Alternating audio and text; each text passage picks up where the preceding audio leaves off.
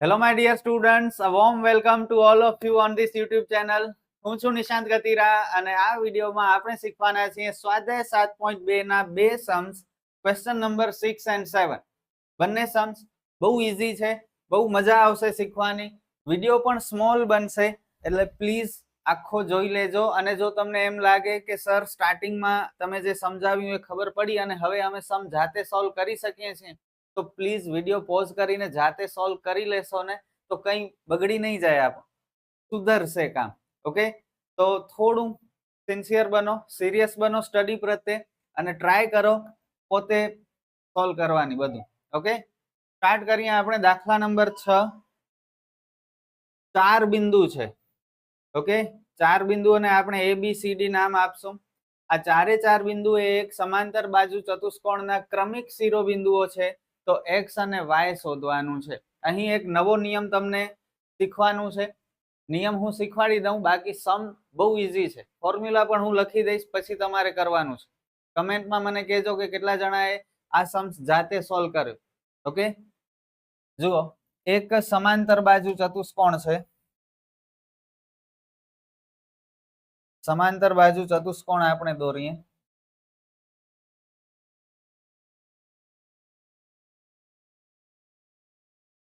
ક્રમિક શિરોબિંદુ A B, અહીં C નહીં આવે, આમ લાઈન સર આવશે. ઓકે, C અને D, અથવા A B C અને D. આમ રાઉન્ડ ફરાવો અથવા આમ રાઉન્ડ ફરાવો, પણ A B C ઉપર ન જવું જોઈએ. ઓકે, આને આપણે A નામ આપીએ, આ B, આ C અને આ D. બિંદુ A ના યામ 1 અને 2, B ના યામ 4 અને y, C છે x અને 6 અને D છે 3 અને 5. હવે નિયમ શું છે પેલા એ સમજી લો. આપણે આ x અને આ y શોધવાનું છે. સમ બહુ ઈઝી છે, અનેક વખત પૂછાઈ ગયો છે બોર્ડની એક્ઝામમાં, પણ નિયમ ખબર હોવી જોઈએ. નિયમ એવું છે કે સમાંતર બાજુ ચતુષ્કોણના બંને વિકર્ણ ના મધ્ય બિંદુ હંમેશા સમાન હોય. વિકર્ણ ક્યાં છે જુઓ, એક છે AC અને બીજો છે BD. બંને વિકર્ણના મધ્ય બિંદુ ઓલવેઝ ઇક્વલ હશે. બસ એ તમારે યાદ રાખવાનું છે. તો હવે આપણું સૂત્ર શું બનશે? સૂત્ર કંઈક આવી રીતે બનશે: AC નું મધ્ય બિંદુ બરાબર BD નું મધ્ય બિંદુ, અને સમાન છે એટલે વચ્ચે આપણે ઇઝ ઇક્વલ ટુ ની સાઇન મૂકી. મધ્ય બિંદુના યામનો સિમ્પલ ફોર્મ્યુલા તમને ઓલરેડી આવડે છે. કેવો મને સૂત્ર તો લખાવો. x1 + x2 છેદમાં 2, y1 + y2 છેદમાં 2. બીજી વખત આ જ સૂત્ર.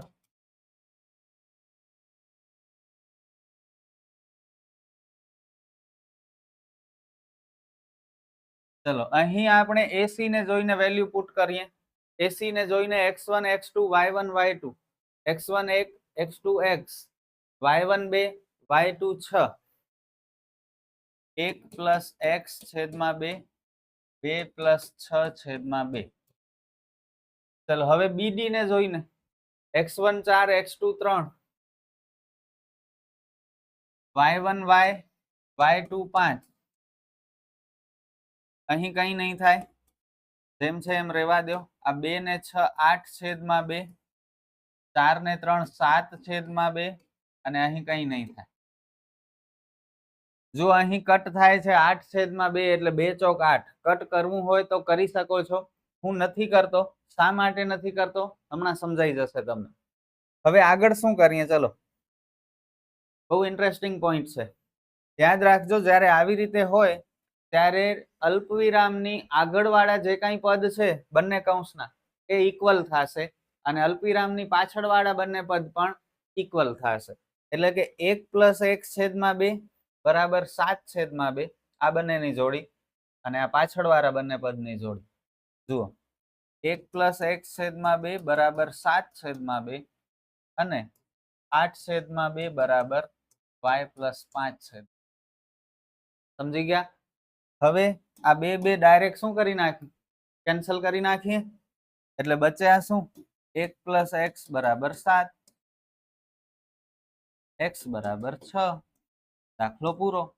જો અહીં કટ ન કર્યો મેં, એટલા માટે ન કર્યો કારણ કે અહીં બે બે ડાયરેક્ટ શું થઈ ગયા, કટ થઈ ગયા. કટ કરી નાખ્યો તોય કંઈ વધારે ફરક ન પડત. ઓકે, તોય તમારાથી થઈ જ જાત. 8 = y + 5. 5 ને આગળ લઈ લો એટલે માઇનસ થશે, અને y શોધવાનું છે તો એકલો કરી નાખ્યો. 8 માંથી 5 જાય એટલે 3. 3 = y. સમ ઓવર. કેટલો ઈઝી સમ. ઘણી બધી વખત બોર્ડની એક્ઝામમાં પૂછાયેલો છે અને મોસ્ટ ઇમ્પોર્ટન્ટ છે, સમજી જાજો.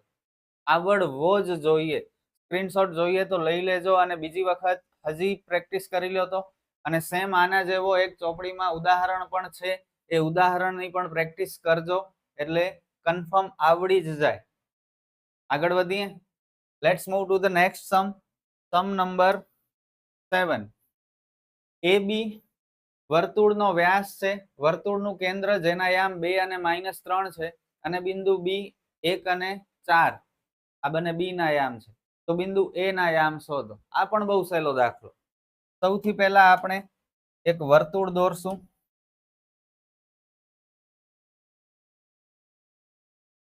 અને વર્તુળનો એક વ્યાસ દોરશું.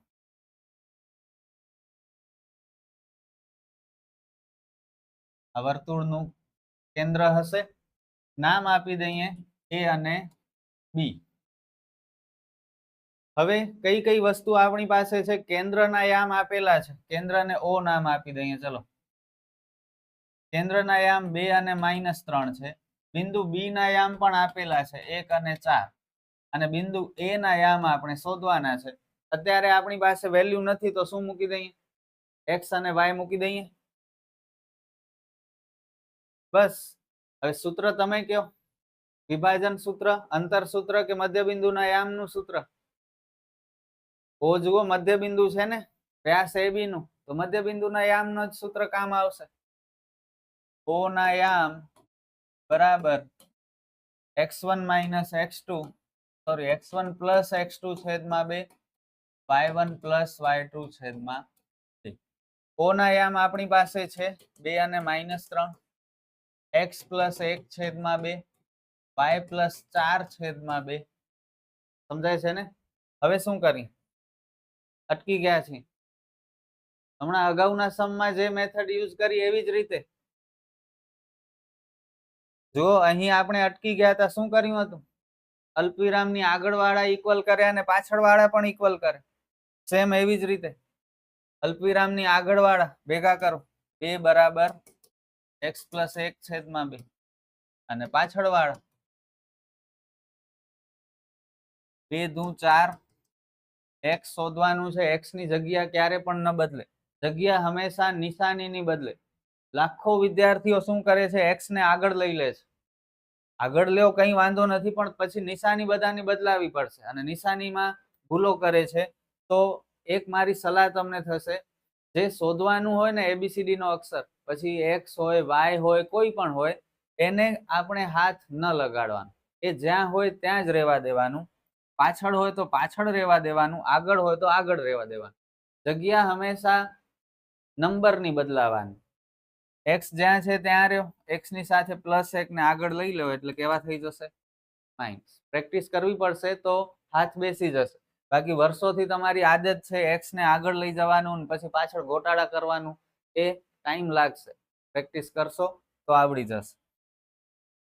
આમ જુઓ શું એકદમ ઈઝીલી બધું થઈ ગયું. +1 ને ખાલી આગળ લઈ આવે, બીજું કંઈ ન કરે.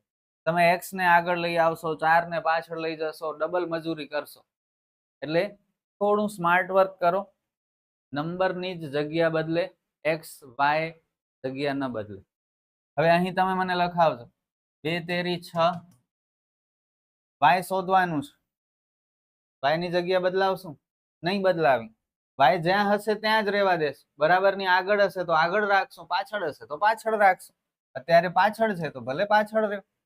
y ભેગો જે નંબર હશે એની જગ્યા બદલશું. +4 આગળ આવશે, માઇનસ થશે. આ પોઈન્ટ બહુ નાનો છે પણ લાખો સ્ટુડન્ટને નથી ખબર, એટલે મારે થોડું ડીપમાં સમજાવવું પડે છે. બસ સમ ઓવર થઈ ગયો સમ. ઓકે, બે સમ આ વિડીયોમાં જે શીખવાના હતા એ બંને થઈ ગયા. બંને સમ બહુ ઈઝી હતા, પૂછાયેલા છે બોર્ડની એક્ઝામમાં અને ફરીથી પૂછાશે પણ ખરા. ચેપ્ટર આપણો કમ્પ્લીટ થવા ઉપર છે.